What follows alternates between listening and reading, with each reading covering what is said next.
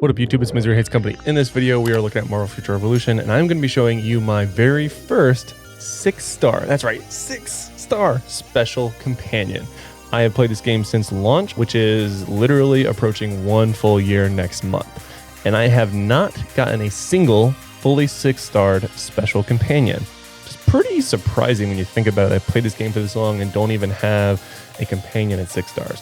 Well, at least a special companion at 6 stars. I've all of, if not most, if not all of the smaller ones, the rare and common ones at 6 star, but a special one is hard to get. And I'm going to talk about which one I chose, why, and who I think you should go for and why, which I think will help a lot of you because I know companions is obviously something that is kind of hit or miss for this game. A lot of people view it as like a collector part, but it's also very necessary to focus on as a free-to-play or pay-to-play when it comes to in-game and how much damage you're going to be doing. So without further ado, let's jump straight into this video.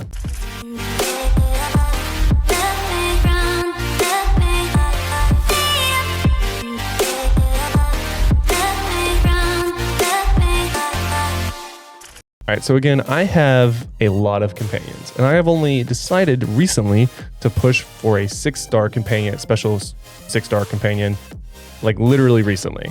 And the one I chose was because I'm looking at the future of both PvE and PvP, as well as future in-game content and my account as a whole.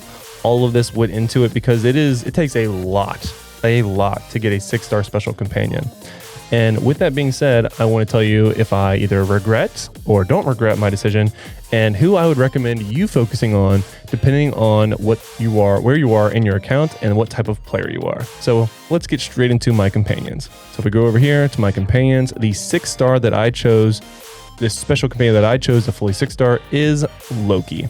Reason being, so he has a ton of attack and HP in his fixed effects. His bonus effect is status effect accuracy at 4.8%, which is of course because I just got him to 6 stars.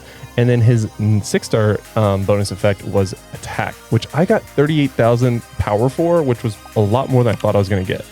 The collection stat is kind of meh. It's chill damage decrease. It is what it is.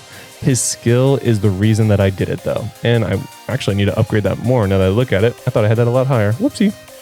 While the cooldown is long, it does confuse for 1.7 seconds, which is a status effect. Keep that in mind here in a second. And then it also applies a burn, which increases the damage received by 20% for 6 seconds. And the skill also does damage itself by 509%.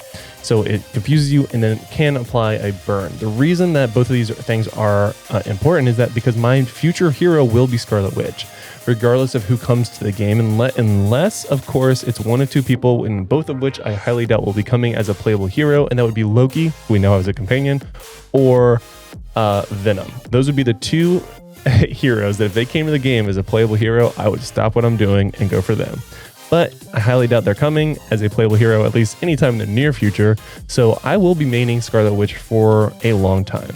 So I want to make sure that I'm planning for that for the long term of my account, both for PvP and PvE, which is where Loki comes into play and where I think he really specializes. For PvE, he does a ton of damage. That 6%, 20% damage increased is a lot. The area of effect that he attacks with his attack is phenomenal. In Dimension Duel, it is basically almost the whole circle. It makes it so either they have to take the damage and the confusion and the burn, or basically waste a dodge very, very early in the fight. It does have a long cooldown, so you do need to make sure you do it in a timely manner, in a way that really makes them struggle to make that decision. But all in all, it is massive in Dimension Duel. And then in Omega War, the circle again is so large that it's guaranteed to hit at least a couple people, and then you and your teams can truly just blow them up because that 20% defense decrease is a lot. Again, as you level it up, you'll be doing more and more damage. Again, from level 7 to 8, we're looking at 20% more damage, which is pretty phenomenal, honestly. So looking forward to getting that to max level. Like I said, his stats are nice, his skills are what they are. It's good for both PvE and PvP because again, the defense down or increased damage taken in PvE is also fantastic. You can time that well with other effects or other companions that other people in your party are using for both raids, alliance raid, or anything else really, even a dungeon. So that's why I went with Loki. I felt like while he is brand new to the game, we're still trying to feel out just how valuable he is. I feel like I just love Loki as a character in, or as an IP really, in the Marvel universe. but also his skills are good for both PvE and PvP, which I take very seriously and focus on. And he will be fantastic, especially with the status effect accuracy for Scarlet Witch, because I do apply a lot of the things, and the confusion he does will increase my damage as well as Scarlet Witch, because that's one of the specializations that I would recommend for literally all the builds for Scarlet Witch. And so does the burn. So there's doubly chances of getting an effect on the target so that you can do more damage as Scarlet Witch, which is huge. Now, if you are free to play and you're like, well, that's good for you, Misery, but I'm never going to be getting a special companion of 6-star. You're probably right. It takes forever to get them, and I had to save up a ton of pulls to get it and crystals in order to try to max out Loki. And we got pretty lucky with his events, because you actually get special event or special companion pieces for the special events, which was huge, which is also the reason I doubled down, because it gives me a shot of maybe being able to transcend him a little bit, depending on how many heads I get in the future events. Wow, it's 70. Okay, never mind. Totally not going to be getting that anytime soon. But again, if you're free to play, I would highly recommend doing what I was doing and work on Ultron. Ultron, I mean, look at this. It's basically like, I mean, just all these stats that you get once you work on him and you work on transcending him. So it's, in my opinion, it's super worth it. Again, this is just going to get better and better. And you're going to guarantee, basically, if you play all the different heroes and work on them past a certain point, you're going to have a ton of heads of Ultron. Especially if you are newer to the game, because everyone gets it for, I think, beating, who is it? Dormammu.